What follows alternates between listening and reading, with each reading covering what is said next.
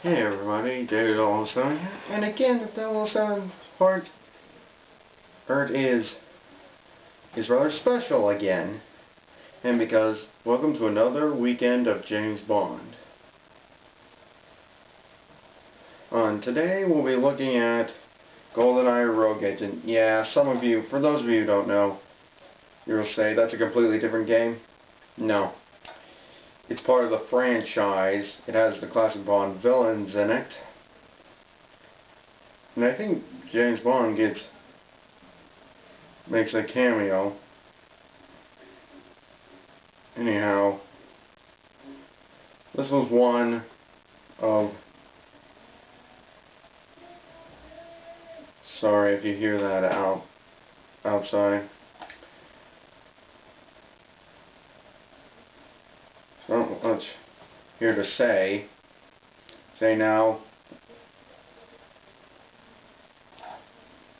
So the story behind this game is that you play as an agent who is working alongside 007, but you end up getting injured and you're full of rage, and so you get kicked out off MI6, and you end up going to work for Goldfinger. And you're not fighting MI6, but you're fighting alongside against Goldfinger, Oddjob, Pussy Galore, and you're mostly fighting Dr. No.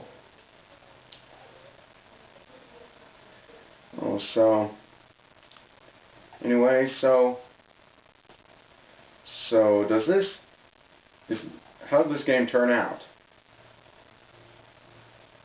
If you want my full opinion, wait to the end of the video. And so anyway, let's get to the gameplay.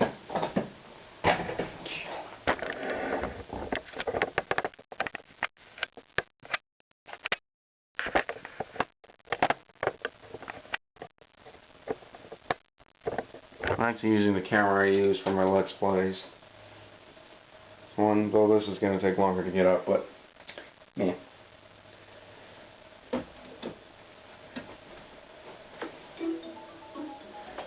And also, I forgot to mention that if you got the GameCube version, due to the length, you got 2 discs instead of 1.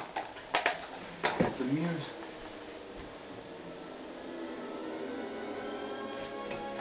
And unfortunately I can't skip through these. These things are non-skippable, which is annoying.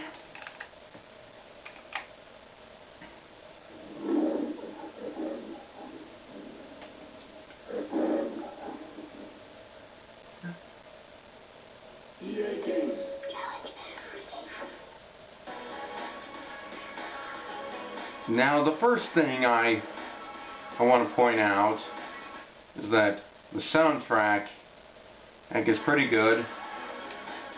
Sure, this lacks stuff such as the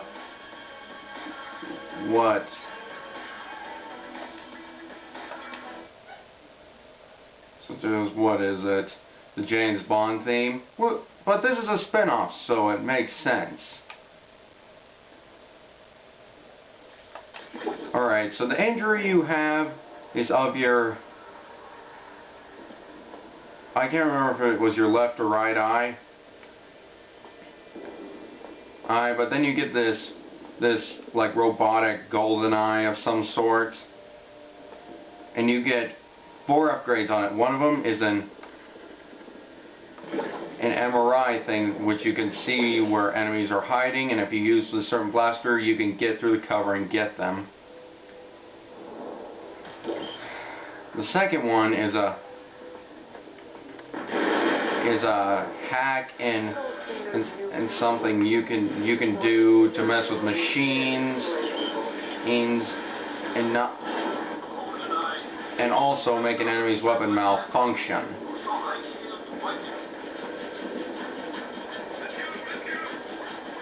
And the third one is a shield field, and yes, I have gotten the 4th upgrade. But the shield reflects all damage for short periods of time. And just so you know, the eye goes energy. So there are only two. Two of them can only. There are two that can only work if they have a certain number of them. The other two can do it till it goes to 0. And you all do this by pressing X. Now, there are a variety of weapons you can pick up. Your standard issue is this gun that's unlimited ammo. So, but as the game progresses, it becomes weaker and it takes more shots than anything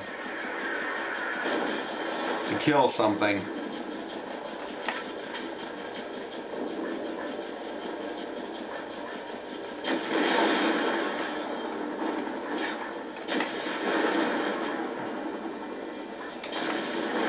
Alright, so the 4th upgrade is this magnetic field which you can use to send enemies flying.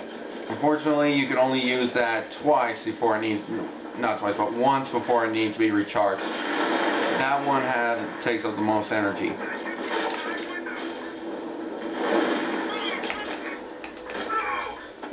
And I thought it was a cool feature is that you can double your guns.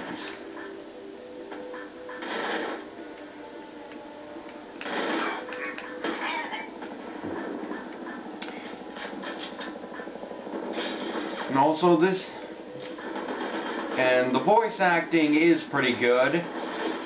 Good, in fact.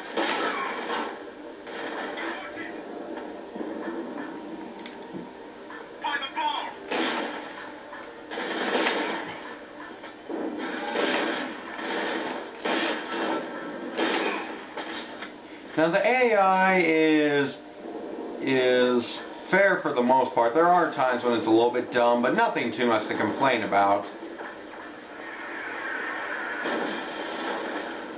So basically the whole game's a first-person shooter. The controls are set up quite well.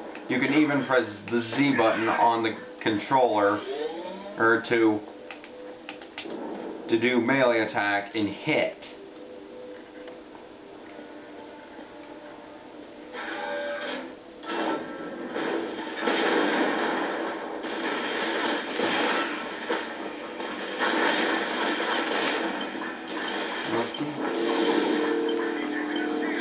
And also the checkpoint system in this is fair, but I'd say it could be closer.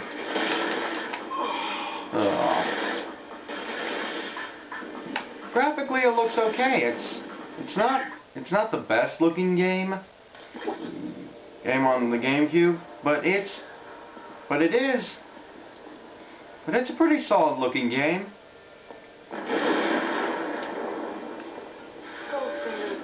And I forgot to mention that you can also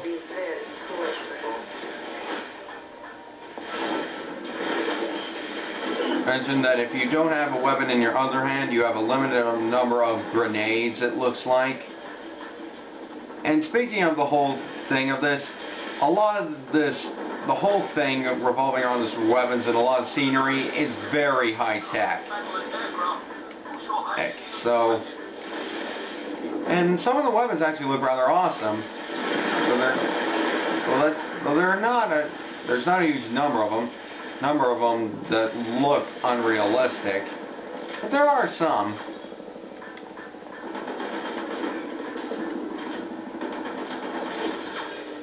Now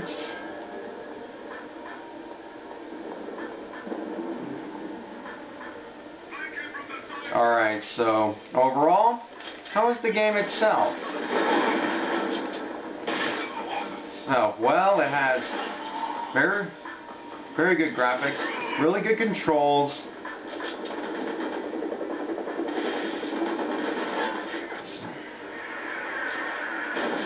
The music soundtrack's awesome. The whole feeling of just being powerful makes this a very good.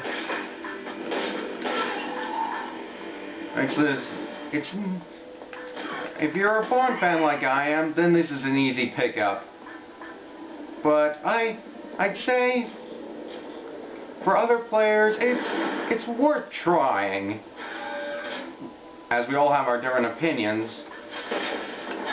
But it's not a must-have, but it is a must-have for James Bond fans, but it's not a must-have for normal players, but it is something worth trying out. So anyhow, this game gets a 4.8 out of 5 with the title of awesome. Thank you for watching. Goodbye, my friends.